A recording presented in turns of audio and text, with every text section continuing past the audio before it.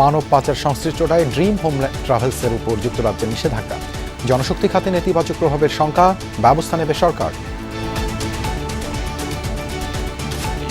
দেশটা এমনি এমনি কাউকে নিষেধাজ্ঞা দিবে না, নিশ্চয়ই বড় কোনো স্ক্যাম অপরাধ বা তারা বিশেষ করে ঘটনার সাথে জড়িত, সেক্ষেত্রে আমাদের তো অবশ্যই সেটা বিবেচনায় নিয়ে এদের বিরুদ্ধে আমাদেরও আইনগত পদক্ষেপ নিতে হবে। নিকারের বৈঠকে বগুড়াকে সিটি কর্পোরেশন করার প্রস্তাব অনুমোদন। হাওরে ক্ষতিগ্রস্ত কৃষকদের দ্রুত সহায়তার নির্দেশ প্রধানমন্ত্রীর। আইন শৃঙ্খলা পরিস্থিতি বিবেচনায় পর্যায়ক্রমে ব্যারাকে ফিরে যাবে সেনাবাহিনী, জানালেন স্বরাষ্ট্রমন্ত্রী। তালিকা করেই চলছে সন্ত্রাসবাদ বিরোধী অভিযান।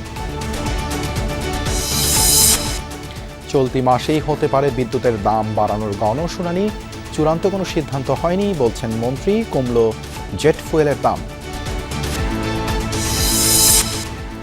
7 জুন বসছে বাজেট অধিবেশন, করের হার বাড়বে না বললেন অর্থ উপদেষ্টা। শিক্ষায় জিডিপির 5% বরাদ্দের লক্ষ্য। এছাড়াও রাতের বাংলাদেশে থাকছে বিপিএল এ ফিক্সিং কাণ্ডে সাময়িক নিষিদ্ধ একমাত্র ক্রিকেটার অমিত মজুমদার ও 4 কর্মকর্তা। দায়িত্বে থাকলে জোড়াতালি দিয়ে লিগ হবে না, জানলেন তামিম। যদি আমরা প্রপার ফ্র্যাঞ্চাইজ না পাই, আমার কাছে মনে হয় না যে বিপিএলটা করা উচিত আমাদের।